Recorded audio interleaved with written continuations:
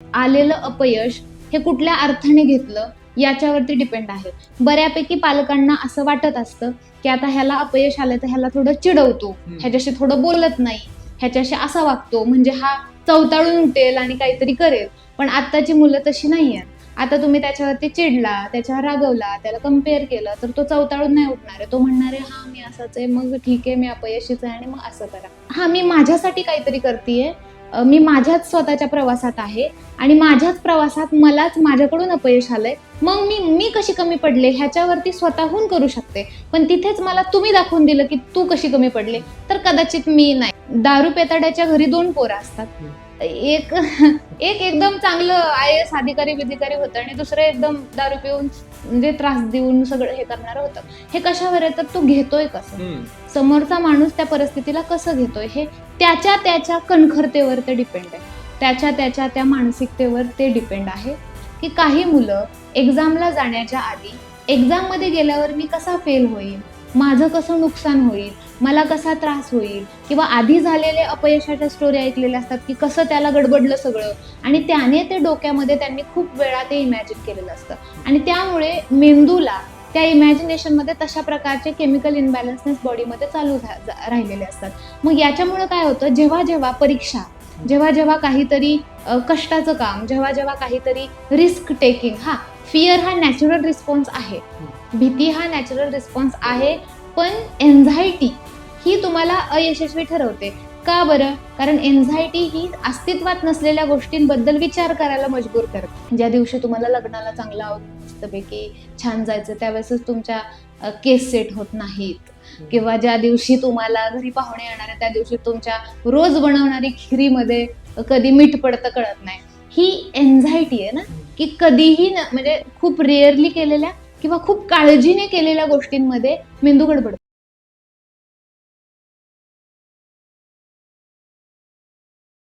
नमस्कार, मी धीरज बोरपडे. आपल्या सर्वांचं स्वागत आहे विचार मंथनवर. सध्याच्या काळामध्ये लोकांमध्ये किंवा मुलांमध्ये फार मोठ्या प्रमाणात कॉम्पिटिशन वाढलं आहे. त्यामध्ये विद्यार्थ्याचा विकास किती होतोय ते राहिलं बाजूला, पण त्याचसोबत की ते राहिलं बाजूला, पण ते सोडून बाकीच्या गोष्टी म्हणजे काय, यश आणि अपयश ते कशामुळे बघायचं, मार्क्स किती पडतायत, त्याला कुठल्या कॉलेजला ऍडमिशन मिळालं, तो माणूस म्हणून किती डेव्हलप झाला ती काय देणे घेणं नाही, तो माणूस म्हणून किती सुखी आहे, समाधानी आहे, त्याचा काही फरक पडत नाही. फक्त त्याला मार्क किती आहेत, त्याचं कुठल्या चांगल्या कॉलेज ऍडमिशन झालंय, त्याला किती लाखाची नोकरी भेटली, यावर सगळा फोकस चालला आहे. त्या संदर्भात जे विद्यार्थी आहेत, आता आपण प्रौढ व्यक्तीचं जर घ्यायला गेलं तर त्या गोष्टी वेगळ्या, तो सगळा मॅच्युअर आहे, त्याला गोष्टी समजतात, त्याने थोडं जग बघितलं आहे. पण जे सगळे विद्यार्थी आहेत टीनेज मधले, त्यांना मात्र ते काही एवढं समजत नाही, उमजत नाही. त्यामुळं त्यांच्यावर फार चुकीचा इम्पॅक्ट पडत असतो. म्हणून त्या संदर्भात चर्चा करण्यासाठी की नक्की यश कशा प्रकारे आपण ऍक्सेप्ट करायचं, अपयशाला कसं आपण हँडल करायचं, या सर्व संदर्भात चर्चा करण्यासाठी आज आपल्यासोबत उपस्थित आहेत बारामतीच्या सायकोलॉजिस्ट सोनाली खाडे मॅडम. तुमचं खूप खूप स्वागत आहे. थँक्यू. तर आपला प्रश्न आहे की नक्की यश आणि अपयश याची आपण व्याख्या कशी नक्की ठरवायची? खरं तर आता यश आणि अपयशाची व्याख्या ठरवणारे पहिलं तर आपण कोण, आणि दुसरी गोष्ट म्हणजे प्रत्येकाची ती व्याख्या वेगळी आहे. प्रत्येकाला त्याचं यश वेगवेगळ्या गोष्टींमध्ये दिसतं, त्यानुसार त्याची ती भाषा बदलत जाते. कुणाला त्याच्या पडलेल्या मार्क्समध्ये दिसेल, कुणाला त्याने अचीव्ह केलेल्या एखाद्या गोष्टीमध्ये दिसेल, कुणाला त्याच्या लाईफमधल्या एका पर्टिक्युलर अचिव्हमेंटमध्ये एखादा जॉब असेल किंवा याच्यामध्ये दिसू शकतं. सो प्रत्येकाची ह्या सक्सेसला घेऊन डेफिनेशन ही वेगळी असू शकते. पण त्यातली त्यात एक नॉर्मली जर आपण त्याची व्याख्या करायची झाली वरवरची, जसं किंवा माझ्या अर्थी मी आतापर्यंत जे समजलं त्याच्या थ्रू, तर ती अशी होऊ शकते की जिथे आपल्याला आनंद मिळतो किंवा जिथे आपल्या आयुष्यातलं एखादं ध्येय आपण मिळवतो किंवा जिथे आपल्याला खऱ्या अर्थाने समाधानी वाटतं, तिथे आपण सक्सेसफुल झालं असं म्हणू शकतो. सो बेसिकली वरवरची किंवा प्रत्येकाच्या लेवलची त्याची यशाची भाषा ही वेगळीच. पण त्या अर्थी मला असं वाटतं की सक्सेस मिळवणं म्हणजे नॉट पर्टिक्युलर एवढी अमाऊंट माझ्या अकाउंटला असणं, हा जॉब माझ्या हातात असणं, किंवा असं रिलेशनशिप माझं असणं, किंवा माझी फॅमिली, माझं घर, माझी गाडी अशी असणं. तर माझ्या आयुष्यात मी समाधानी कुठं आहे, कुठल्या पॉइंटला आहे, कुठल्या गोष्टीसोबत, व्यक्तीसोबत, वस्तूसोबत, परिस्थितीसोबत आहे, ती गोष्ट डिफाईन करू शकते त्याचं सक्सेस.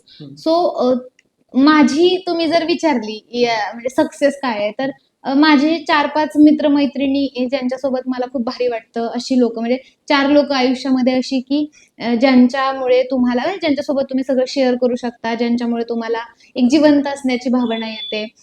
एक पर्टिक्युलर थोडीफार अमाउंट की ज्याच्यामुळे आपण आपलं सकाळ संध्याकाळचं 2 टायमिंगचं जेवण व्यवस्थित करू शकतो आणि सोसायटीमध्ये थोडंफार काम आपल्याला करण्यासाठी काम आहे आणि आपण समाधानी आहोत जे काय आपण करतोय त्याच्यामध्ये. तर ती कदाचित यशाची माझी डेफिनेशन असू शकते आणि पुढे जाऊन प्रत्येकाची ती डेफिनेशन कालांतराने काही लोकांची ती बदलत जाते. काहींना मरेपर्यंत त्यांचं यश म्हणजे हेवा आणि ते म्हणजे काय हवंय ह्याच्यापेक्षा मला कशातून शांतता मिळते, हे काही लोकांना मरेपर्यंत कळत नाही. सो काही लोकांना ती कधी कळालीच नाही. सो बेसिकली माझ्या अर्थी मला असं वाटतं की एक सॅटिस्फॅक्शन म्हणू शकतो आपण की ज्या खऱ्या अर्थाने लाभलेलं आपल्याला. नक्कीच येस. नक्कीच.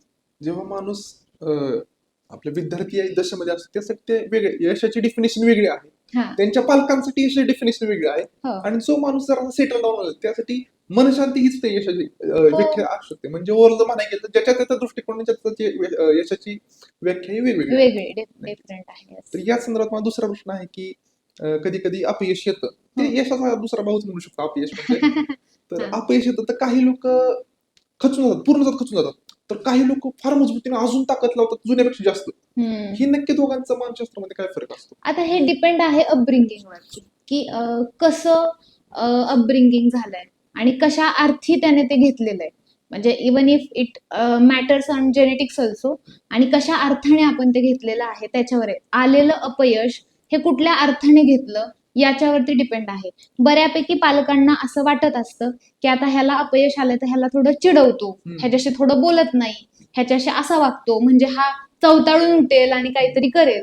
पण आत्ताची मुलं तशी नाही आहेत. आता तुम्ही त्याच्यावरती चिडला, त्याच्यावर रागवला, त्याला कम्पेअर केलं तर तो चवताळून नाही उठणार आहे. तो म्हणणार आहे हा मी असाच आहे, मग ठीक आहे मी अपयशीच आहे आणि मग असं करा. पण आधी तसं होतं कदाचित खूप रेअर एक्झाम्पल आहेत की ज्यांनी चवताळून उठून काहीतरी केलंय अपयश आल्यानंतर आणि ते कधी की मी स्वतः माझ्या आवडीचं काहीतरी ट्राय करतोय, ते नाही झालं, त्याच्यात मला अपयश आलं म्हणून आता मीच स्वतः आलं लक्षात. एक की माझी इच्छा नसताना मला अपयश आलंय आणि मग आपल्याला कोणीतरी चवताळवतंय की अरे चल तू कर नाही का तुला अपयश आलंय आणि मग तू काय करू शकत नाही असं मग चवताळून उठलं आणि मग केलं. हे फार रिअर होतं, खूप कमी होतं. म्हणजे हे आपल्याला मूवीज मध्ये जास्त बघायला मिळतं. पण ऍक्च्युअली रियालिटीमध्ये जर एखाद्याला अपयश आलं आणि त्याला जर आपण हिनवलं तर किंवा आलं अपयश आणि मग त्याने त्याच्यातून चवताळून उठण्याच्या कॅपॅसिटीज कमी असतात. हा मी माझ्यासाठी काहीतरी करतेय, मी माझ्याच स्वतःच्या प्रवासात आहे आणि माझ्याच प्रवासात मलाच माझ्याकडून अपयश आलंय, मग मी कशी कमी पडले ह्याच्यावरती स्वतःहून करू शकते. पण तिथेच मला तुम्ही दाखवून दिलं की तू कशी कमी पडले तर कदाचित मी नाही करू शकणार. सो कदाचित ह्या सर्कमस्टान्सेस पण रिस्पॉन्सिबल असू शकतात की काय का माणसं एक एक लेवलची माणसं अशी का चवताळून उठतात आणि एक माणसं का एकदम नॉर्मली घेतात. तर ह्याला पर्टिक्युलर त्यांच्या अराउंडची सिच्युएशन आणि त्याचा ते कसा अर्थ लावतायत ह्याच्यावर पूर्णपणे रिस्पॉन्सिबल आहे. म्हणजे दारू पेताड्याच्या घरी 2 पोरं असतात. एक एक एकदम चांगलं IAS अधिकारी विधिकारी होतं आणि दुसरं एकदम दारू पिऊन म्हणजे त्रास देऊन सगळं हे करणार होतं. हे कशावर आहे तर तो घेतोय कसं, समोरचा माणूस त्या परिस्थितीला कसं घेतोय हे त्याच्या त्याच्या कणखरतेवर ते डिपेंड आहे. त्याच्या त्या मानसिकतेवर ते डिपेंड आहे. त्याच्यामुळे ते प्रत्येकाला वेगळं आहे असं. नक्कीच. आत्ताचा मुद्दा असा होता की फेल झाल्यानंतर काय करायचं किंवा कसा माणूस त्याला टॅकल करतो त्याच्यावरचा हा प्रश्न होता. माझा दुसरा मुद्दा की काही लोक फेल्युअरच्या फिअरमुळे किंवा आपण अपयशी होऊ या भीतीमुळे काही ऍक्शनच घेत नाही. त्याचा नक्की करिअरवर फार मोठा प्रमाणात इम्पॅक्ट पडतो. अशा लोकांचं नक्की काय करायचं? नाही, अशा वेळेस कसं असतं हे बघा, आपला मेंदू वर्स्ट इमॅजिन करू शकतो आणि तेवढं बेस्ट पण करू शकतो. सो आपल्या मेंदूला रियालिटी आणि इमॅजिनेशन मधला फरक नाही कळत. जर तुम्ही इमॅजिनरी जरी एखादी गोष्ट मेंदूमध्ये तयार केली तर तुमच्या शरीरामध्ये केमिकल चेंजेस जे होणार आहेत ते असेच होणार आहेत की खरंच रियालिटीमध्ये तुमच्या समोर ती गोष्ट आहे. सो बेसिकली काय असतं की काही मुलं एक्झामला जाण्याच्या आधी एक्झाम मध्ये गेल्यावर मी कसा फेल होईल, माझं कसं नुकसान होईल, मला कसा त्रास होईल किंवा आधी झालेले अपयशाच्या स्टोरी ऐकलेल्या असतात की कसं त्याला गडबडलं सगळं आणि त्याने ते डोक्यामध्ये त्यांनी खूप वेळा ते इमॅजिन केलेलं असतं आणि त्यामुळे मेंदूला त्या इमॅजिनेशन मध्ये तशा प्रकारचे केमिकल इनबॅलन्सनेस बॉडीमध्ये चालू राहिलेले असतात. मग याच्यामुळे काय होतं, जेव्हा जेव्हा परीक्षा, जेव्हा जेव्हा काहीतरी कष्टाचं काम, जेव्हा जेव्हा काहीतरी रिस्क टेकिंग, हा फिअर हा नॅचरल रिस्पॉन्स आहे, भीती हा नॅचरल रिस्पॉन्स आहे, पण एन्झायटी ही तुम्हाला अयशस्वी ठरवते. का बरं? कारण एन्झायटी ही अस्तित्वात नसलेल्या गोष्टींबद्दल विचार करायला मजबूर करते. जसं की परीक्षेत गेल्यानंतर काहीतरी होऊ शकतं, ही एन्झायटी आहे, बरोबर. ही चिंता आहे ना. सो ती चिंता अयशस्वी ठरवते. आणि ही चिंता कशामुळे होते, तर आपण जे विचारांचे बांध बांधतो, कल्पनेचे बांध, त्याच्यातून ती चिंता निर्माण होते. मग अशा परिस्थितीमध्ये करायचं काय, की तुमच्या डोक्यामध्ये आता सतत अयशस्वी होईल का, मला असं झाल्यावर मग, पेपर असा झाल्यावर मग, किंवा इवन इफ तुम्ही एखाद्या प्रोजेक्टवर काम करताय त्याच्या बाबतीत असं झाल्यावर मग काय, तर हे सतत तुम्ही इन्सिक्युरिटीमध्ये राहिल्यामुळे तुम्ही तिथं गेलं की तिथे गडबडणार आहे. म्हणजे तुम्ही हे बघितलं असेल की ज्या दिवशी तुम्हाला लग्नाला चांगलं आवरून मस्तपैकी छान जायचं, त्यावेळेसच तुमच्या केस सेट होत नाहीत, किंवा ज्या दिवशी तुम्हाला घरी पाहुणे येणार आहे त्या दिवशी तुमच्या रोज बनवणारी खिरीमध्ये कधी मीठ पडतं कळत नाही. ही एन्झायटी आहे ना, की कधीही म्हणजे खूप रेअरली केलेल्या किंवा खूप काळजीने केलेल्या गोष्टींमध्ये मेंदू गडबड करतो. बरोबर. म्हणजे रिलॅक्स मानसिकतेमध्ये जर तुम्ही असाल की ठीक आहे, झालं तर झालं, नाही तर नाही झालं, म्हणजे एक असतं ना की रॅशनली विचार करून पेपर दिला, की ठीक आहे झालं तर ठीक आहे, नाही झालं तर ठीक आहे, म्हणजे नाही झालं तर भाडमिळा आहे, असं करून जर पेपर दिला तर असं होऊ शकतं की पेपर चांगला जाऊ शकतो. पण आता झालंच पाहिजे ह्या बंधनात मेंदूला घातलं, किंवा झालंच पाहिजे, असंच असलंच पाहिजे, आणि मग त्याच्यामध्ये जर तुम्ही स्वतःमध्ये लिमिटेशन, तसंच दिसलं पाहिजे, असंच झालं पाहिजे, अशीच चव आली पाहिजे, असं करून जर तुम्ही त्या मेंदूला एका पर्टिक्युलर साच्यामध्ये घालण्याचा प्रयत्न केला किंवा त्या गोष्टींमध्ये तशा पद्धतीने ठेवण्याचा प्रयत्न केला, तर तिथे गडबडण्याचे चान्सेस जास्त असतात. आणि करतो काय मग आपण पेपरच्या आधी किंवा कुठल्या पण महत्वाच्या खूप जास्त एन्झायटी तयार करतो ना, कसं होईल, काय होईल, होईल का नाही, असं तसं, मग त्याच्यामध्ये कन्फ्युजन होणार आहे आणि त्याच्यामुळे गोष्टी गडबडणार आहेत. म्हणजे रोज करतोय मी ही गोष्ट, तरीही कधीही चुकत नाही, आज कशी चुकली, कारण आज घाबरत केली आहे, बरोबर. आज चिंतेने, एन्झायटीने केली. एक रिसर्च सांगते मी. 2 A-B असे ग्रुप विद्यार्थ्यांचे बनवलेले असतात आणि त्यांना सांगितलेलं असतं की एक 30 मार्काची एक टेस्ट डिझाईन केली. ए ग्रुप, बी ग्रुप खूप वेगळे वेगळे बसवले की एकमेकांचा आपसात कुठलाही संपर्क किंवा भाषा व्हायला नको, बोलणं व्हायला नको. आणि मग ए ग्रुपला एक 30 मार्काची टेस्ट दिली आणि सांगितलं की ही टेस्ट खूप जास्त इम्पॉर्टंट आहे, खूप जास्त महत्वाची आहे, आणि जर ही टेस्ट जर तुम्ही व्यवस्थित नाही दिली तर पुढे तुमचं खूप नुकसान होणार आहे. आणि मग बी ग्रुपला पण सेम टाइमला 30 टेस्ट दिली, तोच पेपर दिला, सांगितलं की घरीच चाललाय ना, जाता जाता हे सोडवून जावा, ह्याचं काय असं इम्पॉर्टन्स नाहीये, बघा आपल्याला किती जमतंय आणि किती नाही. सो मग दोन्ही ग्रुपने प्रॉपर टेस्ट दिल्या. But what do you think की कुठल्या ग्रुपचं एकदम चांगला परफॉर्मन्स राहिलेला असेल? ग्रुप एने जर जास्त सिरियसली केलं. हा, आता हे चूक उत्तर आहे, कारण ग्रुप एने सिरियसली केलंय कारण त्यांच्या डोक्यात एन्झायटी, आता नाही झालं तर काय, म्हणून चुकली उत्तर. सोपं उत्तर आहे. एका प्रमाणापेक्षा टेम्परेचर दुधाचं गेलं तर दुधाचं काय होतं, तर सोपं उत्तर आहे की उतू जातं. पण आता सिरियसनेस आहे ना ह्याच्यामध्ये की आता हे झालंच पाहिजे, मग आपण तिथे दुसरंच काहीतरी लिहू शकतो की बाबा ते खराब होतं किंवा मग ते असं, कारण आपल्याला वाटतं की हे सोपं एवढं नसणार आहे, हे माझ्या परिस्थिती समोर एवढी सोपी नसणार, काहीतरी ह्याच्यात लॉजिक असेल, आणि म्हणून ऍक्च्युली आपण सिली मिस्टेक्स करतो. सो ग्रुप बी ची टेस्ट वॉज व्हेरी फाईन. सगळ्यात चांगले मार्क्स ग्रुप बी ला, सगळ्यात चांगली टेस्ट ग्रुप बी ची, कारण टेन्शनच नाही, निवांत दिलाय पेपर. अभ्यास केलेला असणारच आहे त्यांनी आधी कधीतरी, पण तो पूर्णपणे बाहेर येण्यासाठी मेंदू हा रिलॅक्स पाहिजे, आणि आपण तेच करतो, आपण मेंदूला रिलॅक्स नाही ठेवत, आपण मेंदूला खूप अँशियस ठेवतो, आणि त्या एन्झायटी मधून अपयश येण्याचे चान्सेस वाढतात. सो ती गोष्ट आपण लक्षात घेतली पाहिजे. नक्कीच नक्कीच. हा फार महत्वाचा मुद्दा मांडला तुम्ही. तर यासोबत दुसरा आता जो महत्वाचा मुद्दा लय सध्या लोक त्रस्त आहेत. म्हणजे सोशल मीडियावर आपण पाहतो की भाजीवाल्याचा मुलगा झाला IAS, किंवा रिक्षा चालकाचा मुलगा झाला फार मोठा सक्सेसफुल आयुष्यामध्ये, असं काहीतरी असतं. खरं तर ते भाजीवाल्याचं उत्पन्न सांगायचं म्हणलं तर नाही, आपल्याला दाखवलं तर गरीब वगैरे उत्पन्न लय असतं त्यांचं, हे फळवाल्याचं उत्पन्न लय असतं, हे जे रिक्षा टॅक्सी चालवतात उत्पन्न लय असतं. पण आपल्या समोर असं दाखवलं किती गरिबीतनं मुलगा आला, किती प्रतिकूल परिस्थितीतनं मुलगा आला आणि किती सक्सेसफुल झाला काही रिसोर्सेस नसताना. मग ते बघताना लोकांना ऑटोमॅटिकच वाटतं की आपण काय आपल्याकडे एवढं सगळं आपण असून आपल्याकडे काहीच नाही. आणि हे सगळ्यांसोबत होतं. या नक्की माइंडसेटला किंवा स्वतःलाही आपण दोषी समजतो, अपयशी समजतो. याला नक्की कसं टॅकल करावं? नाही, ह्या गोष्टीसाठी मी सायकोलॉजिकल नाही, फिलॉसॉफिकल उत्तर देते. मला म्हणजे फिलॉसॉफीमध्ये खूप इंटरेस्ट आहे. मला असं वाटतं की आता मी सायकोलॉजिस्ट नंतर पुढे फिलॉसॉफरच लागेल की काय.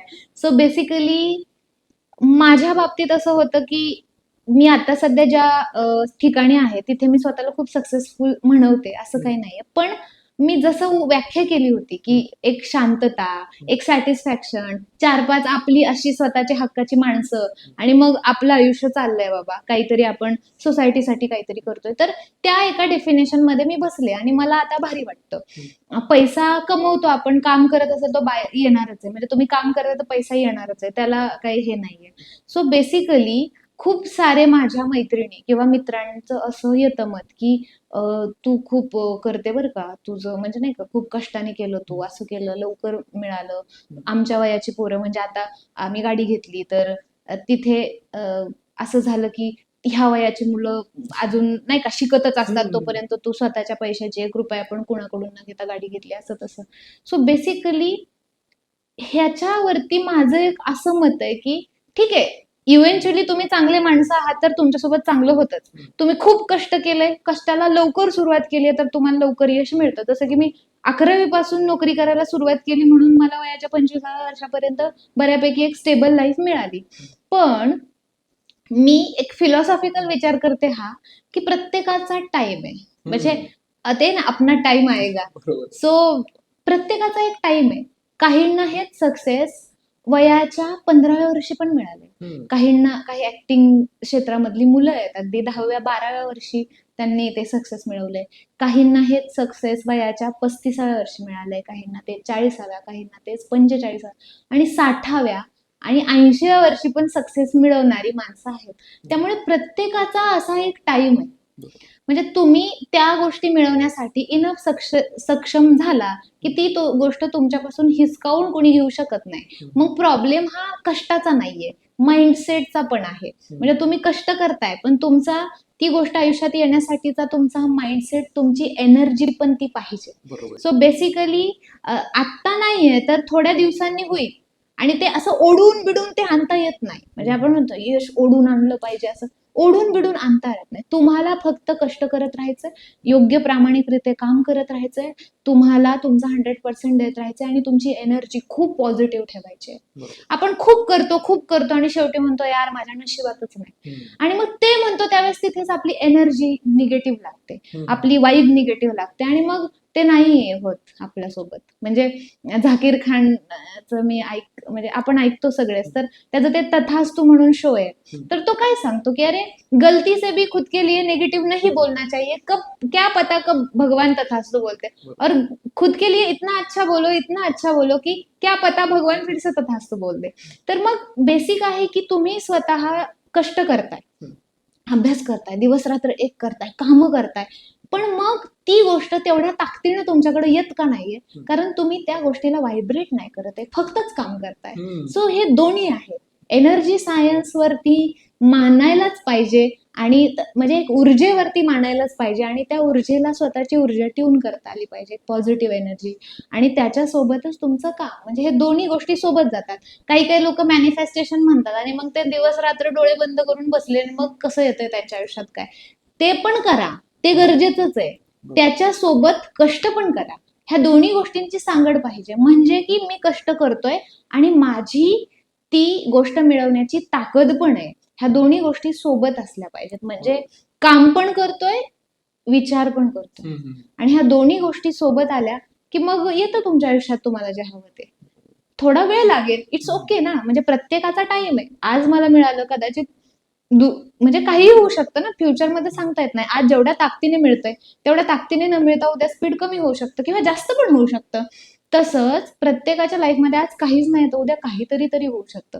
आणि मग जर एक 4-3 वर्ष आपल्याला काही मिळालं नाही म्हणून आपण स्वतःला कमनशिबी, दुर्दैवी, आपण आपली लायकी नाही अशा पद्धतीने जर स्वतःला सांगायला लागलो तर आपली एनर्जीच खराब होते आणि मग तीच सिद्ध होते गोष्ट. काही लोक म्हणतात ह्याच्या आयुष्यभर मॅडम दुःखच आहे हो आयुष्यात. म्हणजे लिटरली बोलतात लोक की आयुष्य ह्याने अख्खं दुःखात काढलं. पण नीट तुम्ही अभ्यास केला त्या व्यक्तीचा सायकोलॉजीमध्ये करावाच लागतो, त्याचा पास्ट बघावा लागतो. पण त्या माणसाने कधीच सकारात्मक विचार केलेला नसतो. कसं माझ्या आयुष्यातून हे सुटेल आणि कसा माणूस हा मला धोका देईल ह्याचेच त्याने वारंवार विचार करून मेंदूमध्ये ते सगळं तयार केलेलं असतं. म्हणजे ते दोरीला साप समजणं आणि मग ते घाबरून घाबरूनच चालणं हे सतत लोक करत राहतात.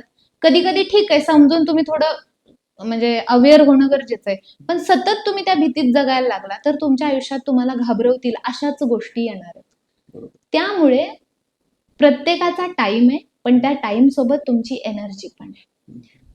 टाइम तुमचा वेळ द्या, तुमची एनर्जी वापरा, तुमचं कष्ट करा आणि बिलीव्ह इन टाइम की एक दिवस येईल त्यावेळेस सगळं व्यवस्थित होऊन जाईल. मग तो दिवस कुणाच्या 15व्या वर्षी आलाय आणि कुणाच्या 50व्या, तर तेवढा संयम तुम्हाला तुमच्यामध्ये बाळगता येतोय का आणि ती कन्सिस्टन्सी तुम्हाला मेंटेन करता येते का, इट इज व्हेरी इम्पॉर्टंट. बरोबर आहे. येस. नक्कीच नक्कीच.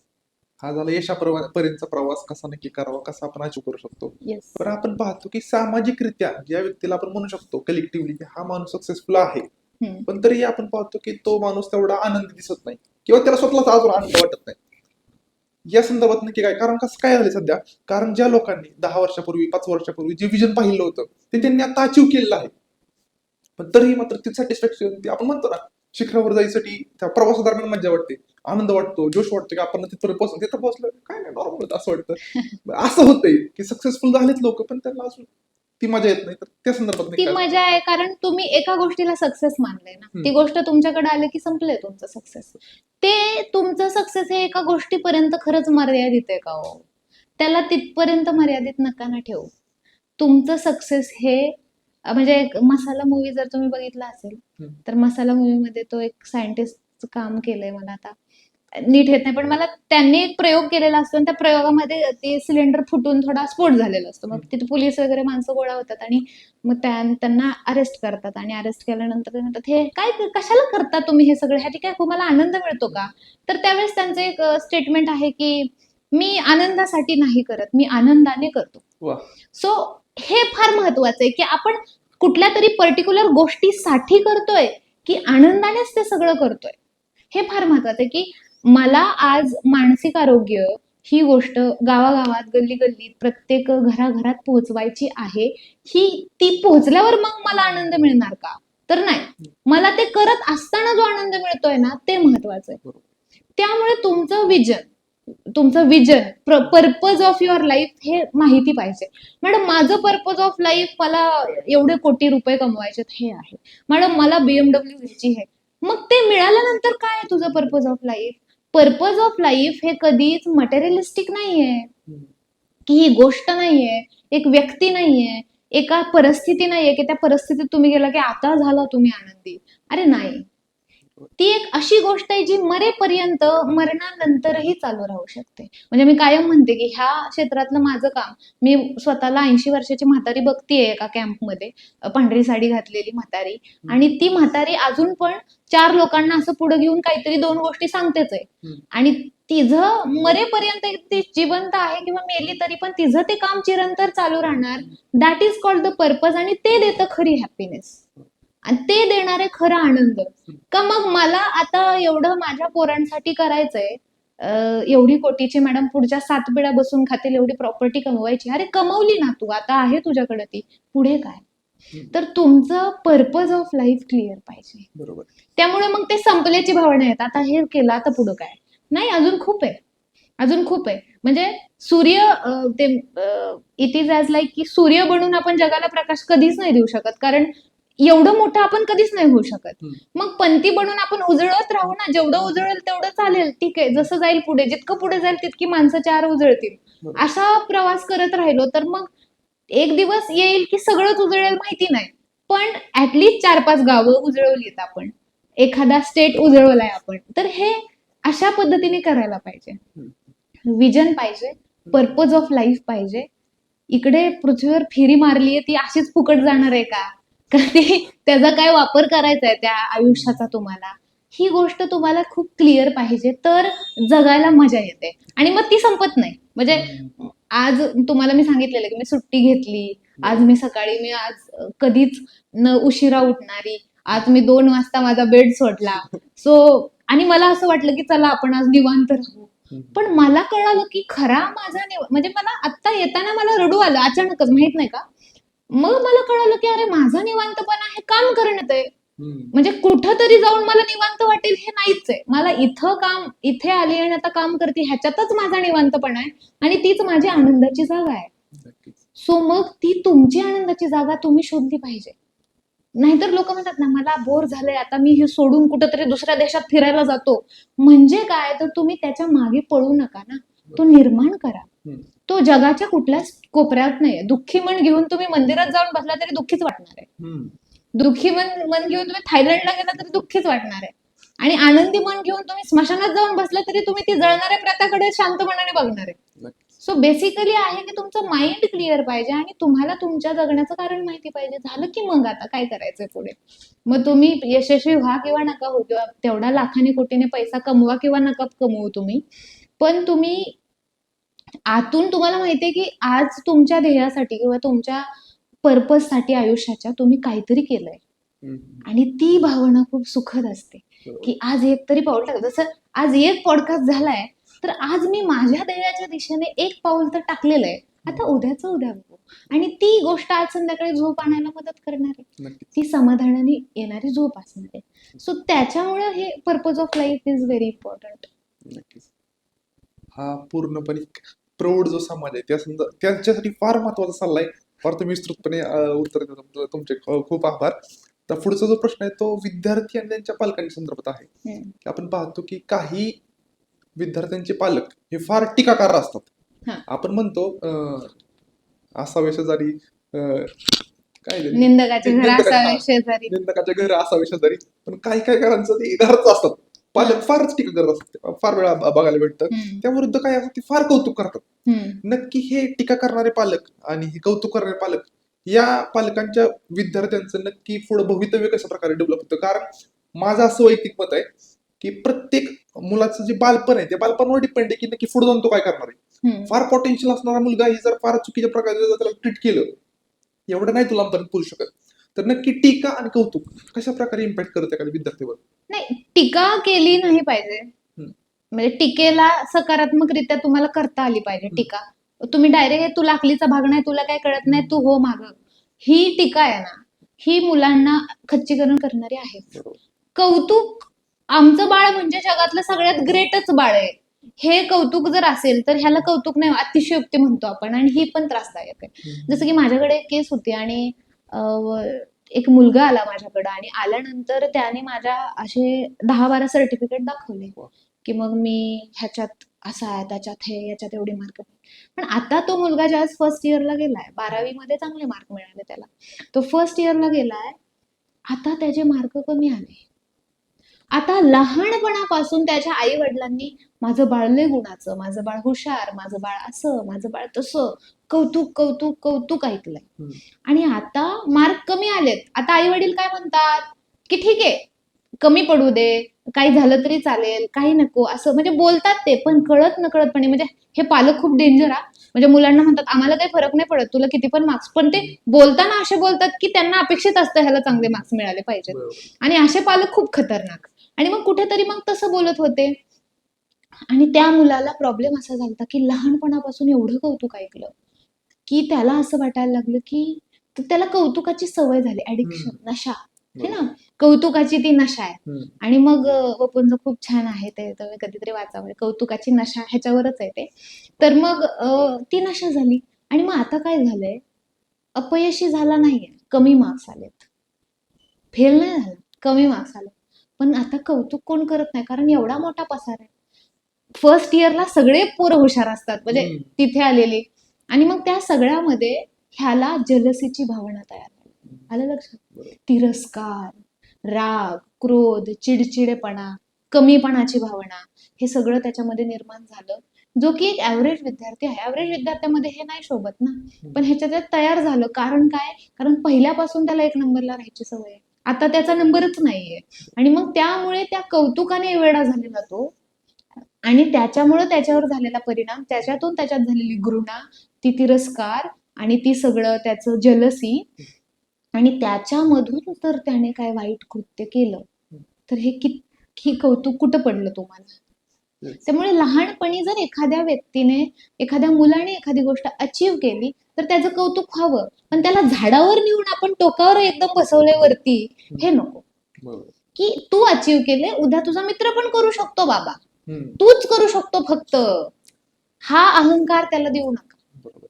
तू करू शकतो, उद्या त्याला पण, अरे वा तुझ्या मित्राला, चला आज त्याला घरी आपण जेवायला बोलू. हम्म. मग त्याला पडले बघ, त्याला पडले तुला नाही पडले, हे केलं की मग त्या ह्याच्यामध्ये फक्त त्यांना ते ऍडिक्शन होऊन जातं. हम्म.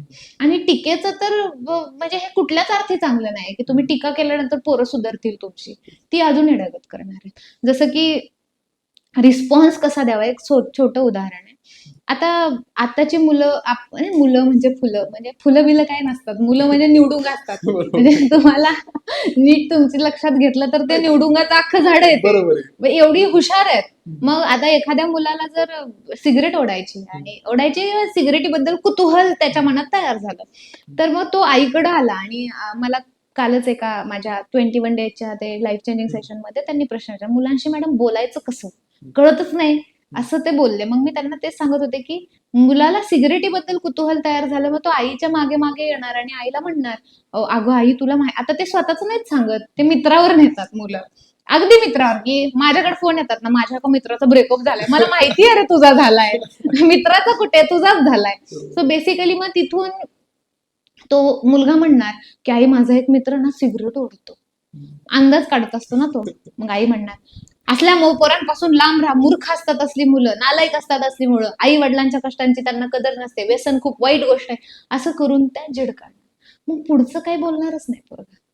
मग तिथेच म्हणजे संवादाचा मूलमंत्र हा हो का, बरं, मग, ही गोष्ट फार महत्वाची असते संवाद करताना पालकांनी. मग तिथे जर त्या आईने असं विचारलं का, हो का, बर, अरे तुझ्या वयाचा असताना आम्हाला पण कधी कधी वाटतच होतं, किंवा तुझ्या वयात असताना सिगरेटाबद्दल कौतुक तयार होणं हे नॉर्मलच होतं. ह्याला असा अर्थ नाही याचा की आपण त्याला नॉर्मलाइज करतो की जाऊन सिगरेट ओढ, पण त्याला हे सांगतोय की उद्या जाऊन तुझ्या मनात कधी आलं तर हे नॉर्मल होतं, आणि तू ते करण्याच्या आधी मग माझी परमिशन घेणं किंवा तू त्याविषयी माझ्या सोबत बोलणं खूप महत्वाचं आहे. आणि मग तिथे ते वाटलं होतं, पण मग पुढच्या आपण सोडून तो विषय तिथं सोडून दिला पाहिजे आपण. मग आपण पुढच्या बडाया मारतो, मला असं वाटलं होतं पण मी कधी हात नाही लावला, मी असा राहिलो, मी तसा राहिलो. अरे काहीच गरज नाही, ते तेवढंच बोला. हा, ह्या वयात कुतूहल जागणं आहे, असं काय असं नाही, तुला मला शेअर करू वाटलं, अरे वा छान आहे, असं बोलून तुम्ही निघून जावा, तुमच्या कामाला लागा. मुलांचे मित्र बनण्याचा जे पालक प्रयत्न करतात तो करू नका, कारण पालक कधीच मुलांचे मित्र बनू शकत नाहीत, ते पालकच आहेत. म्हणजे तुम्ही बाप आणि पोरगा कटाड्यावर बसून पोरींना बघतायत, हे कसं वाटतं ऐकायला? मित्र ते करतात ना, मित्र मित्र बसून ते करतात, मग हे बापाची इज्जत घालवण्यासारखं नाहीये का? मग बापाने मुलाचे मित्र बनण्याचा प्रयत्न नाही करावा, त्याने बापच राहावं, मित्रासारखं मित्राची थोडी कम्फर्ट झोन तयार करावी, पण त्याने मित्र नाही बनावं, आईने मैत्रीण नाही बनावं. कारण मुलं आई वडिलांना खरंच सगळं सांगत नाहीत, आणि तो अट्टाहास जर आई वडिलांचा असेल की माझ्या पोराने मला सगळं खरं सांगितलं पाहिजे, चुकीचं आहे गोष्ट. त्यांचा कम्फर्ट झोन आहे आणि त्यांच्या जनरेशन नुसार ते तसं वागणार आहेत, त्याच्यामध्ये चुकीचं काहीच नाहीये. म्हणजे तुम्ही ते हे घालायचा, धोतर घालायचा, आणि तुमची पोरं आता हे पैजामा घालताय, तर धोतरवाल्याला पैजामावाल्यांचा प्रॉब्लेमच होता. आता पैजामावाल्याला ते सफारी घातली तर त्याचा प्रॉब्लेम आहे, सफारीवाल्याला जीन्स पॅन्टचा प्रॉब्लेम आहे, आता जीन्सवाल्याला शॉर्ट्सवाल्यांचा प्रॉब्लेम आहे. आपल्या आई वडिलांना प्रॉब्लेम आहेच की आपण शॉर्ट्स कपडे घालून फिरल्यानंतर, तसं आपल्यालाही पुढच्या जनरेशनचा थोडासा प्रॉब्लेम असणारच आहे, कारण ते तसंच चालत आलंय. मग ती गोष्ट कुठेतरी आपण पुढची पिढी बाद असं म्हणून आपण जे सोडून देतो ना, ते तसं नाहीये. मग आपल्या पाठीमागच्या पिढीला आपली पिढी बादच वाटते की ती थोडीशी जी असते ना, की मित्र बनण्याचा प्रयत्न करणं, किंवा मग ती खूप जास्त कौतुक किंवा खूप जास्त टीका, ह्या दोन्हीही गोष्टी अजिबातच चांगल्या नाहीत. न्यूट्रलला गोष्टी पाहिजेत, अंडरस्टँडिंग पाहिजे, ओव्हर अंडरस्टँडिंग नको. म्हणजे मी कितीतरी अशा फॅमिलीज बघितलेत की बाहेर तुला काय करायचंय ते कर, फक्त आमची ही एक गोष्ट ऐकायची. म्हणजे खूप खूप फॅमिलीज मी अशा बघितल्या की बाहेर तुला अफेअर्स करायचे तर कर, पब करायचे, पार्ट्या करायच्यात, सगळं कर, पण लग्न मात्र आम्ही सांगेल तिथेच करायचं. म्हणजे तुम्ही एका साईडला खूप त्याला हे करताय आणि एका साईडला त्याला तसंच बांधताय पण ना. तर हे असतं ना, हे नको. पालक हे रिअल पाहिजेत, जसे आहेत तसे. तुम्ही काय, मी तुझा बाप म्हणजे असा एकदम चांगल्या कर्माचा, असा स्वच्छ सुंदर पाण्यासारखा असा पुतळा आहे, अशी जी इमेज तुम्ही तयार करण्याचा प्रयत्न करता ना, ते पोरांना कळतं हे खोटं बोलते. म्हणजे कधीच बाबांना वाटलं नाही का सिगरेट ओढावी, कधीच नाही का? अरे वाटलं असणार आहे 100%. मग खरं सांगा की वाटलं होतं रे बाबा मला, मी प्रयत्न पण केलता पण जमलं नाही माझ्यासाठी. जे आहे ते सांगा ना. तुम्ही खोटी इमेज तयार करता आणि मग ती अशी खळकन फुटते पोरांच्या पुढे, आणि जी काय थोडी उरली सुरली रिस्पेक्ट असते ती पण निघून जाते. कधी कधी पोरांचं मला जर आई वडील खरं बोलत असतील सुरुवातीसाठी, म्हणतात मॅडम ते बेकार येतो पण खरं बोलतात, त्याने रिस्पेक्ट वाढतो. पण उगाच तुम्ही काहीतरी स्टोऱ्या बनवायच्या, म्हणजे जी जशी तुम्हाला तुमची मुलं अपेक्षित आहे तशा स्टोऱ्या बनवून त्या पोरांना सांगायच्या, हे खूप चुकीचं आहे आणि हे नाही झालं पाहिजे. म्हणजे आता हे कितपत मी समजावू शकते, आता मला खूप ठिकाणी अशा कमेंट मिळतात, तुला पोरं आहेत का, तुला काय माहिती आमचं काय चाललंय. पण तुमची पोरं माझ्याकडे येऊन मला सांगतात ना सगळं. त्यामुळे मला माहितीये की तुमच्या पोरांचं काय चाललंय. त्यामुळे बेसिकली मी जे सांगते ते असं सत्य आणि तेच केलं पाहिजे असं नाहीये. ते प्रत्येक परिस्थितीला डिपेंड आहे की कुणी कसं वागलं पाहिजे. पण बहुधा मुलं माझ्याशी, मग जी गोष्ट तुमचे आई वडील तुम्ही असून गेले 15-20 वर्ष तुम्ही त्यांच्यासोबत असून तुम्हाला सांगत नाहीये तो पोरगा, पण मी अगदी 1 तास झालं त्याच्याशी बोलते आणि तो मला सगळं सांगतो, त्याची गर्लफ्रेंड कोण, काय, त्याचं आयडी कसलं, काय केलंय त्याने आतापर्यंत, किती सिगरेटी ओढल्यात त्याने. हा मला एकदम असे का सांगतात, कारण तो कम्फर्ट आपल्याला त्यांना देता आला पाहिजे. So basically it is not about की मी 2 पोरांची आई आणि मी माझी पोरं लय चांगली सांभाळली म्हणून मी तुम्हाला तो संदेश देतेय. इट इज जस्ट अबाउट की तुमची पोरं माझ्याकडे येतात आणि त्यांची दुखणी ऐकून मला असं वाटतं की तुम्ही काय केलं पाहिजे. ही फार महत्वाची गोष्ट आहे पालक आणि विद्यार्थ्यांसाठी. त्या संदर्भात आता ओव्हरऑल एक प्रश्न आहे की नक्की सक्सेस मिळवण्यासाठी, म्हणजे लोकांच्या दृष्टिकोन सक्सेस मिळवण्यासाठी नक्की काय गरजेचं, तर फिक्स माइंडसेट की ग्रोथ माइंडसेट? फिक्स्ड माइंडसेट पेक्षा ग्रोथ माइंडसेट ठीक आहे, कारण बदल होत राहतो.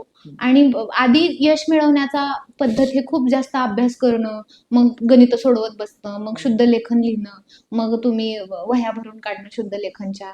आणि आता शुद्ध लेखनाचा उपयोगच होत नाही कारण पत्र लिहूनच येत आहे ChatGPT वरनं.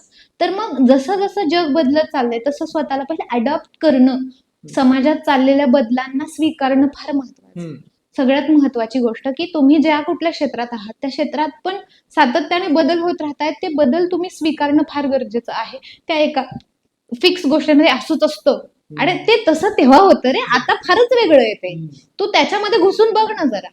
म्हणजे आधीची लोक जी गाणी म्हणजे तर जुनी गाणी सुंदर आहेत, म्हणजे पण पॉप म्युझिक पण काही खराब नाहीये, ते पण खूप सुंदर आहे. मग त्याला पण तुम्ही तेवढ्याच ताकदीने अंडरस्टँड करण्याचा तुमचा स्टॅमिना आहे का, तो स्टॅमिना फार महत्वाचा आहे. जग बदलतंय त्याच्यानुसार तुमचं बदलणं महत्वाचं आहे. आणि तुम्हाला ग्रो करायचं असेल तर खाली मन घालून काम करणं फार महत्वाचं आहे. की मला माहिती नाहीये की मी कुठल्या भावनेत आहे, पण मला काम करायचं. बरोबर. मॅम आता सध्या मला खूप स्ट्रेस आहे आणि I am not able to do work. So it is not like that. तुम्ही तर त्या पहिल्यांदा स्ट्रेसला मॅनेज करा आणि मग कामाला लागा. म्हणजे तुम्ही त्या मॅनेजमेंटवर लक्ष देणं फार गरजेचं जर तुम्हाला सक्सेसफुल व्हायचं असेल पुढे जाऊन. अदरवाईज फक्त म्हणजे ते कितीतरी लोक मी अशी बघितलेत की झालंय त्यांच्या आयुष्यात दुःखी, मी म्हणत नाही नाही झालं, दुःख झालंय त्यांना, त्रास झालाय त्यांना, वेदना झाल्यात, लोकांनी फसवलंय, त्यांना त्रास दिलाय, पण तेच दुःख, त्याची गाराणी वर्षानुवर्ष ऐकवत फिरतात आणि त्या दुःखाला असं चिकटून बसतात आणि सगळं आयुष्य तशाच पद्धतीने घालवतात आणि कधीच आयुष्यात हवं ते सक्सेस नाहीत मिळवू शकत. कारण माझ्या आयुष्यात एवढं दुःख होतं, हे बघत असाल तुम्ही, पीपल लव्ह टू सफरिंग, लोकांना ना सफर करायला मजा येते, तर ते आहे. सो बेसिकली मला असं वाटतं की तुम्ही बदलत राहा, तुम्ही स्वीकारत राहा. समोर आलेलं नवीन काहीतरी असेल तर त्याला एक त्याची मजा घेऊन त्याला बघा, एका वेगळ्या नजरेने त्याला बघण्याचा प्रयत्न करा आणि काम करत राहा. कसंही करा पण काम करत राहा, वाचत राहा. हे जर करत राहिलो आपण कन्सिस्टन्सी, आणि ते गौरव माळदेंना मी फॉलो करायला सुरुवात केली आणि ती एक गाणं मी त्यांचं ऐकलं ना, कळशीत कळशी, सातत्य. ओके, सो कळशीत कळशी it is really very important की तुम्ही तुमचं सातत्य असणं कुठल्याही गोष्टीमध्ये. इव्हन ते सॉन्ग मी रेकमेंड करते सगळ्यांना की तुम्ही ते ऐका. त्याच्यामध्ये आहे की कामामध्ये कन्सिस्टन्सी पाहिजे. तर तू काहीतरी क्रिएट कर आणि जमत नसेल तर कॉपी पेस्ट कर, पण करत राहा. So it is really important की कधी कधी मला पण असं झालंय, इंस्टाग्रामला रील पोस्ट करताना मला आता काहीच कॉन्टेंट आठवत नाहीये, पण माझी डेडलाईन आहे, आता मला टाकायचंय काहीतरी. तर मी पण पुस्तकं खोलून असे वाचलेत आहेत, अरे मला काय सापडतंय का, ते कॉपी पेस्ट केलेलं आहे मी. कधी कधी नावं दिलेली आहेत खाली की हे सर असं म्हणतात म्हणून मी ते केलेलं आहे. म्हणजे शरद तांदळे सरांच्या पुस्तकातलं एक वाक्य होतं ना की माणसं ह्या जगात खूप चांगली माणसं आहेत, आपल्याला त्यांच्यापर्यंत पोहोचता आलं पाहिजे. तर हे मी कितीतरी वेळा छापलेलं आहे, कॉपी पेस्ट केलेलं आहे, पण नाव सांगितलेलं आहे खाली जसं आता सांगते. सो कधी कधी ठीक आहे यार, कॉपी पेस्ट करा, काहीही करा, पण करत राहा. So it is really important. Take calculated educated risk. उगाच काहीतरी होय मी आता बिझनेस करणार आहे, काढलं 2 कोटीचं कर्ज आणि आता बसलाय घरी, हे नको. तुमचं कॅपॅसिटी किती आहे एखादी गोष्ट करण्याची, ती आपल्याला माहिती असते की आपल्याच्याने होणार आहे का नाही, तर ते बघा. मग हळूहळू पाय, म्हणजे हळूहळू पसरायचं ना, एकदाच पसरलं की त्रास होतो. पाय पण अंथरून सोडून पसरायचे असतील तरी बक्करनं बाहेर नका काढू, थोडे हळूहळू हळूहळू त्यांना बाहेर काढा. म्हणजे थंडीचा बाहेरचा अंदाज घेतला पाहिजे ना आपण, की आतच ठेवायचे की पूर्ण बाहेर काढायचे. सो बेसिकली ह्या ज्या छोट्या छोट्या गोष्टी आपण जर प्रॉपरली व्यवस्थित लक्षात घेण्याचा प्रयत्न केला तर सक्सेस, रिअल सक्सेस, हा हे पैशाचं सक्सेस, प्रसिद्धीचं सक्सेस हे नाही, एक रिअल सक्सेस, एक अंतर्गत शांतता आणि ती अंतर्गत समाधानाची जी पातळी नक्कीच आपल्याला गाठता येईल. सो हे पर्पज असणं आयुष्यात, त्याच्यासाठी प्रयत्न करत राहणं आणि मग त्याच्यासाठी योग्य टायमिंगला गोष्टी तेवढ्या ताकदीने सोडणं. भूतकाळ आपला ते सोडलं पाहिजे ना, तर ते सोडलं तरच पुढे जाणार. म्हणजे if you want to fly very high, तुम्हाला खूप उंच उडायचं, तर तुमच्या पंखांमध्ये दगड माती असलं काहीतरी घेऊन फिरण्यात मजा नाहीये. ते पंख असे धडधड झटकले पाहिजेत आणि मग ती उंच भरारी जी आपण घेतो ती कदाचित आपल्याला खूप वरती घेऊन जाते. मग खूप लोक हे पण म्हणतात की मॅडम सक्सेसफुल माणसं कुठं जास्त काम करतात, म्हणजे आहे ना ते रिलॅक्स, ते आराम करतात, म्हणजे निवांत त्यांचं रुटीन असतं, निवांतपणा असतो, त्यांनी पर्टिक्युलरच कामं करतात.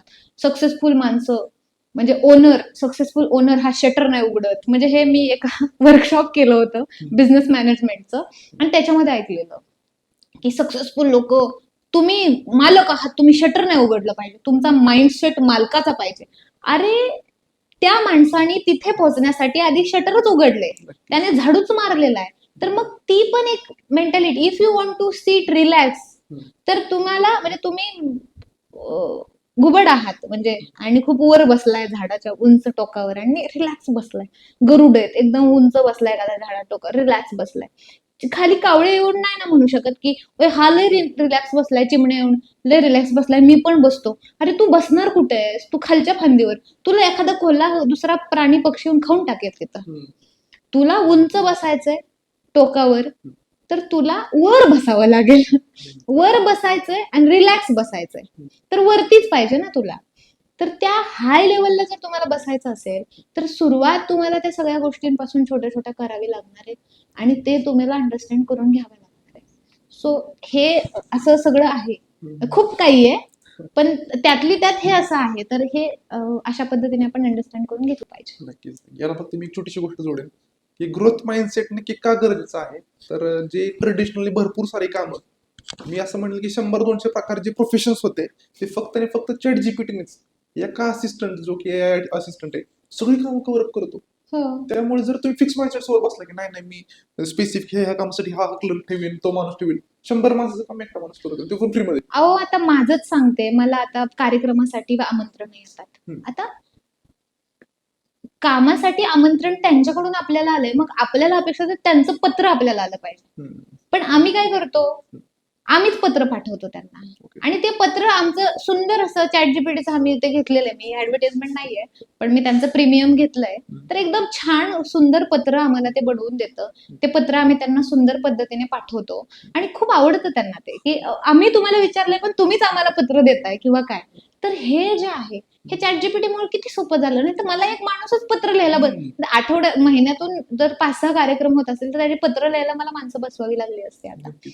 पण ती हेल्प होती. तर तुम्ही कधी कधी डायग्नोसिसला म्हणजे डायग्नोस करायचा एखादा डिसीज, लक्षणं आहेत माझ्याकडं, डाऊट पण आहे की हेच असू शकतं, माहिती आहे त्याच्यातले त्याच्यात, पण आता एक्झॅक्ट सापडत नाहीये, त्यावेळेस कधी कधी ChatGPTचा आधार आम्हीही घेतो. फक्त ते घेतल्यानंतर एखाद्या अजून सिनियर कडून आपण क्रॉस चेक करून घेतलं पाहिजे, पण घेतला पाहिजे आधार. आता एक फार महत्वाचा जो प्रश्न आहे तो म्हणजे लोक काय म्हणतील, हा, हा यशाच्या मार्गामधला सगळ्यात मोठा अडथळा आहे. ओके. भरपूर जे 99% लोक आहेत ते एखादी गोष्ट सुरू का करत नाहीत तर लोक काय म्हणतील, हा. ही किती ट्रेडिशनल आहे किंवा ही कसं परंपरेच्या बाहेरचं आहे. हम्म. या सर्व संदर्भात लोक विचार करतात आणि एखादी गोष्ट करतच नाहीत, सुरूच करत नाहीत. हा. या संदर्भात तुम्ही काय सांगाल? नाही, आता ते आहेच, सगळे म्हणतात सबसे बडा रोग क्या कहेंगे लोग, लोक काय म्हणतील हा सगळ्यात मोठा रोगच आहे. आणि दुर्दैवाने आपल्या सगळ्यांना तो लागलेला रोग आहे. आणि लोक काय म्हणतील ह्याच्या माध्यमातून कितीतरी निगेटिव्ह घटना, लग्न कार्यक्रम, की लोकांना काय वाटेल कास्टच्या बाहेर आहे, रिलिजनच्या बाहेर आहे, आपल्या समाजाच्या बाहेर आहे, आपल्या कॅपॅसिटीच्या बाहेरचं, आपण खूप श्रीमंत ते खूप गरीब, अशा पद्धतीने खूप लोक काय म्हणतील, लोकांना काय वाटेल याच्यामध्ये आपण विभागलोय स्वतःला. आणि त्याचा सगळ्यात जास्त तोटा आपल्यालाच होतोय अजून. म्हणजे समस्या क्रिएटेड बाय अस, आणि त्याचा त्रास आणि त्याच्या यातना भोगतोय ते पण आपणच. सो लोक काही म्हणत नाहीत. म्हणजे मी आजपर्यंत जेवढ्या केसेस बघते, मग तुम्ही आता सॉरी हे थोडं असं कडक उदाहरण होईल, पण जातीमध्ये लग्न करता आणि जातीच्या बाहेर तुम्ही अफेअर करताय. बरोबर आहे. म्हणजे माझ्याकडे इतक्या अशा केसेस आहेत की आमची कास्ट ही आहे आणि हे हे हे अशी अशी, आणि मग आम्ही लग्न केलं ह्या साली, आणि मग त्यांचं ते खूप सगळं, आणि मग हळूच विचारलं बायकोला किंवा नवऱ्याला, तर मग he is having the affair with the another caste, which is की त्या कास्टकडे हे डुंकूनही बघत नाहीत. आता जसं डायरेक्ट कास्टची नावं नाही घेऊ शकत ना मी, पण बेसिकली हे करतात ना लोक. म्हणजे तुम्हाला ते नाही का, देवाला पण कसं ते गरजेनुसार देव किंवा गरजेनुसार सगळ्या गोष्टी असतात लोकांच्या, तसं हे लोक काय म्हणतील ना, हे हे ना एक तुम्हाला तुमच्या गोष्टी साध्य करण्यासाठी तुम्ही लावलेलं एक हे आहे. आणि हे तुमचा इगो हर्ट करणार आहे, की काय म्हणणार आहेत लोक, तुम्हाला पण माहिती आहे काहीच नाहीत म्हणणार आहे, स्टील तुम्ही ते स्वतःला चिपकवून घेतलेलं आहे. तर तुम्हाला इथे लोकांना दुरुस्त करण्याची किंवा जगाला नावं ठेवण्याची गरज नाहीये, तुम्हाला इथे स्वतःच्या मेंदूला दुरुस्त करण्याची गरज आहे. आणि त्याच्यामध्ये तुम्ही ते अंडरस्टँड करून घेतलं पाहिजे. लोक काय म्हणतील, तर लोक काहीही म्हणत नाहीत, कारण प्रत्येकाला नवीन विषय लागतो. गावाकडच्या ह्याच्यातून चांगलं उदाहरण मिळतं. गावामध्ये एक विषय 10 दिवस चालला, 10 चालत नाही एवढा पण चालला, जसं की गावची यात्रा आहे, यात्रेमध्ये काहीतरी झालं, आता गावची यात्रा झाल्यानंतर पुढचे 10 दिवस पावळे पाहुणे रावळे येई जाईपर्यंत विषय चालतात. त्यानंतर गावात एक नवीन विषय होतो, मग तो पुढचे 10 दिवस चालतो, मग नवीन होतो, मग पुढचे 10. त्यामुळे कुणाला काही वाटत नाही, त्यांना फक्त चटपटीत विषय पाहिजे चर्चेला. त्यामुळे आपण जर हा विचार करत राहिलो की लोक काय म्हणतील, तर अवघड आहे. म्हणजे me it is as like माझ्या बाबतीत जी झालेली गोष्ट म्हणजे, मी काम करायचे कॉलेज संपल्यानंतर, आणि जॉब करत असल्यामुळं असं व्हायचं की उशीर व्हायचा घरी जायला, 10 वाजायचे. स्कूटीवरती मी लाकडीवरून म्हणजे बारामतीवरून निंबोडीला जायचे, रात्रीचं 10 वाजायचे. आणि लोक लिटरली म्हणजे नाही का अशा पद्धतीने संशय घेणं, एवढ्या उशीरपर्यंत काय काम करत असती किंवा काय असं तसं. मग आत्ता त्या गोष्टीला, म्हणजे तेव्हा जात होते त्याला 7 वर्ष तर झालीच. 7 वर्षांनंतर आता मी गावात जाते, पण मी माझ्या 4 व्हीलर मध्ये जाते. मग रात्री 11ला जरी गेली तरी आता लोकांना वाटतं की ही कष्ट करायची. मग आपल्याला तेवढं हे पाहिजे की आपण काहीतरी चांगलं करतोय ना, तर थोडा वेळ लागेल लोकांना ते पटायला, पण एक वेळ येईल की त्यांना ते पटेल. आणि त्यांना पटतंय नाही पटतंय ह्याच्याशी मला काही घेणं देणं नाहीये, कारण माझ्या गावातले लोकांनी माझं कौतुक करायला पाहिजे हा अट्टहास मला नाहीच आहे. आपण ज्याच्यासाठी काम करतो ते उद्देश कळत नकळतपणे साध्य होतंय, संपलाय विषय तिथे. मी काय म्हणते ना की संपलाय विषय आता. तर मग तो तिथेच विषय संपतो की तुम्हाला ज्यावेळेस क्लिअर आहे की मी कशासाठी करतोय, मी लोक काय म्हणतील ह्याच्यासाठी करत नाहीये, लोकांचं काय मत आहे ह्याच्यासाठी मी करत नाहीये. मला माझ्या आयुष्याचा एक पर्पज आहे, एक उद्देश आहे आणि मला त्याच्यासाठी हे सगळं करायचंय, ह्याच्यासाठी मी करतो हे आपल्याला माहिती असल्यानंतर आपण उगाच मग ह्या सगळ्या गोष्टींचा विचार करत नाही बसत. आणि जे लोक म्हणजे आता समजा मी आहे आणि मी कुठली तरी रिस्क घ्यायला लागली आहे, मी कॅल्क्युलेशन केलंय त्याचं की ते फसली तर कुठपर्यंत जाऊ शकते, चांगली झाली तर कुठपर्यंत जाऊ शकते, तर मी काहीतरी रिस्क घेण्याचा प्रयत्न केलाय आणि माझा एक मित्र हे लोक काय म्हणतील, माणसं काय म्हणतील, असं करायला लागला तर तुला कळलं पाहिजे की तू त्याच्यापासून लांब लांब जा. आता याच्यामध्ये फॅमिली हा एक भाग असतो. बरोबर आहे. तुमच्याकडं विद्यार्थ्यांना सांगते मी डिरेक्टली, तुमच्याकडे एक चांगला पर्याय असा असतो की तुम्हाला चांगले मार्क पाडून बाहेर पडता येतं. हम्म. ते करा मग. जोपर्यंत तुम्ही घरात आहे तोपर्यंत त्यांचं खातोय आपण, त्यांच्या घरात राहतोय आपण, त्यांची आपल्यावरती जर खूप जास्त जबरदस्ती होत असेल आणि आपल्याला माहिती आहे की आपल्यासाठी ते सहज शक्य नाहीये, तर थोड्या दिवसांपुरतं आपल्याला ते झेलावं लागेल आणि मग शांततेने खूप सारा अभ्यास करून व्यवस्थित स्वतःला सिद्ध करून शांततेने तिथून बाहेर पडावं लागेल आणि तिथून बाहेर पडल्यानंतर मग तुम्हाला हवं तसं साईड बाय साईड तुम्ही तुमचं लाईफ क्रिएट करू शकता. पण स्वतंत्रता जर तुम्हाला आयुष्यात मिळत असेल आणि ती खूप कमी ह्याच्यामध्ये मिळत असेल एफर्ट्समध्ये, तर ती आपण घेतलीच पाहिजे. मग त्याच्यासोबत सुख आलं तरी चालेल, दुःख आलं तरी चालेल, हे फार महत्वाचं आहे. सो लोक काही म्हणत नाहीत. आणि अजून एक मी उदाहरण देते, याच्यामध्ये खूप बेस्ट एक्झाम्पल आहे. आपण सगळ्यांनी ABCD 2 मूवी बघितला असेल किंवा ABCD बघितलं असेल, डान्सच्या रिलेटेड आहे आणि त्याच्यामध्ये बघता तुम्ही की तो एक असतो, त्याला काहीतरी बिमारी असते आणि त्याच्या मेडिसिन चालू असतात. एअरपोर्टवरून त्याच्या मेडिसिन काढून घेतल्या जातात. मग dance performance, actually main performance चालताना ते वंदे मातरम म्हणून सॉन्ग आहे, त्यावेळेस त्याची रक्ताची उलटी होते आणि त्यांनी मनारा रचलेला असतो त्याच्यावर, अजून त्याच्यावर आणि वरती ते फ्लॅग हे करत असतात आणि त्यावेळेस त्याला खोकला येतो आणि उलटी होते आणि ते सगळं ढासळतं. त्या टायमिंगला समोर जी ऑडियन्स असते त्याचे एक्सप्रेशन्स तुम्ही बघितले तर कुणालाच हसायला येत नाही. Everyone is like oh please please please उठा उठा उठा असं वाटतं ना. ते जाऊ दे, आपलं साधं दहीहंडीचं उदाहरण. चौकात दहीहंडी लागली आहे, असा 15 जणांचा तो हे रचलाय आणि तिथे 3 नंबरचा जो आहे, काय म्हणतो आपण त्याला, थर, त्या थरावरच्या एका व्यक्तीचा पाय निसटताना दिसतोय. त्यावेळेस खाली असलेल्या कुठल्याच व्यक्तीला हसायला येत नाही. त्याला असं वाटतं अरे पॅक पकड पॅक पकड, खालच्याला अरे शोल्डर व्यवस्थित कर. ही जी आहे की भावना, आणि मग तो कोसळल्यानंतर आपल्याला जे शिट यार ही फिलिंग येते किंवा आपण बघतो कुणाला काय लागलं का, म्हणजे समोर असलेली ऑडियन्स, समोर असलेल्या माणसाला इव्हेंच्युअली वाटतच असतं की तुम्ही जिंकायला पाहिजे आणि त्यांना वाटतच असतं. त्यामुळे त्यांचा माइंडसेटमध्ये त्यांना काय वाटेल ह्याचा तुम्ही विचार नका करू. ज्यावेळेस तुम्ही स्टेजवर आहे, समोरच्याला वाटणारच आहे तुम्ही जिंकायला पाहिजे. 1000 लोकांना वाटतंय जिंकायला पाहिजे आणि एकाला वाटतंय नाही जिंकायला पाहिजे, त्या एकासाठी तुम्ही 1000 लोकांचं मन तोडू नका ना. तुम्ही केल्याने तुम्हाला माहिती आहे ना खूप साऱ्या लोकांच्या आयुष्यात प्रकाश तयार होणार आहे, तर तुम्ही करा. त्या 4 माणसांचा विचार नका करू की ज्यांचं अरे ती आहेत कोण, म्हणजे हु आर यू, म्हणजे तुम्ही कोण आहे मला करेक्ट करणारे. म्हणजे गणिताच्या शिक्षकाने गणिताचा प्रॉब्लेम सांगितला तर चांगली गोष्ट आहे. इतिहासात शिक्षक गणिताचा प्रॉब्लेम शिकवतोय, तुझं काय ऐकू मी, मला नाही ऐकायचं तुझं, जा. सो तो एक माइंडसेट पाहिजे. म्हणजे अगदी गावातली म्हातारी माणसं बसल्या बसल्या इंजिनिअरिंग नाही केलं पाहिजे असं सांगतात आणि मग एखादा इंजिनियर माघारी येतो. ती गोष्ट ऐकून हे किती दुर्दैवी आहे.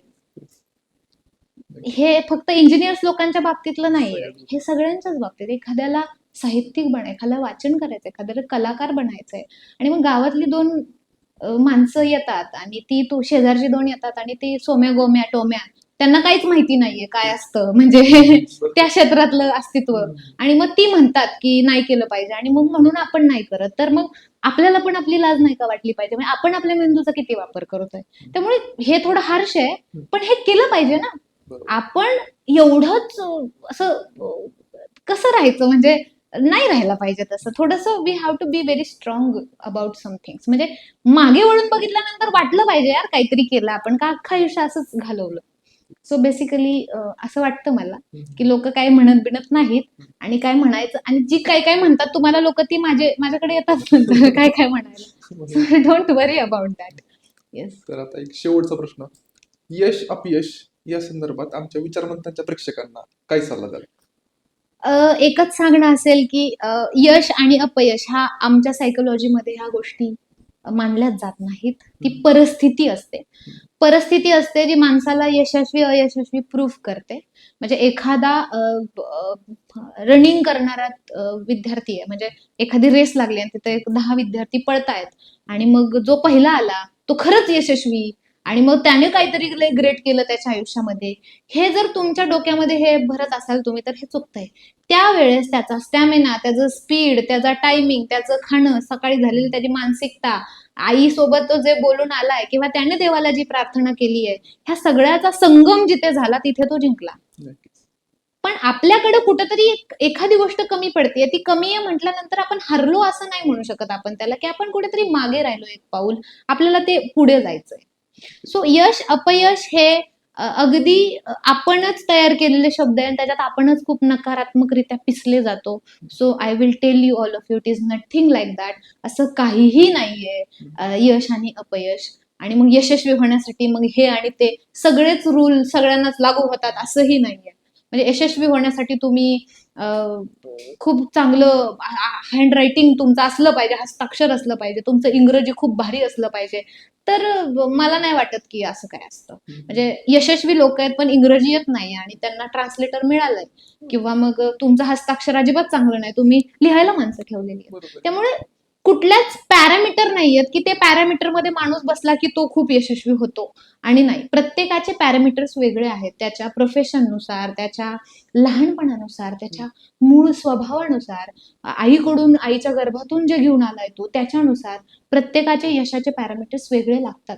प्रत्येकाचे रोड मॅप वेगळे असू शकतात. बरोबर. म्हणजे असा एक रस्ता नाहीये. काही हॅबिट्स आहेत, जसं की वाचन करणं किंवा म्हणजे नाही का Observation करणं. ऑब्झर्वेशन करणं, चांगल्या डायरी लिहिणं, ग्रॅटिट्यूड व्यक्त करणं, मेडिटेशन, अशा काही हॅबिट्स आहेत की ज्या तुम्हाला हव्या त्या गोष्टी मिळवून देण्यासाठी हेल्प करू शकतात. पण हेच काहीतरी आहे आणि यश म्हणजेच काहीतरी हे आहे, तर असं नाही आहे. कितीतरी ताकदीची माणसं आज यशस्वी नाहीयेत, मग तुम्ही त्यांना अयशस्वी म्हणणार का?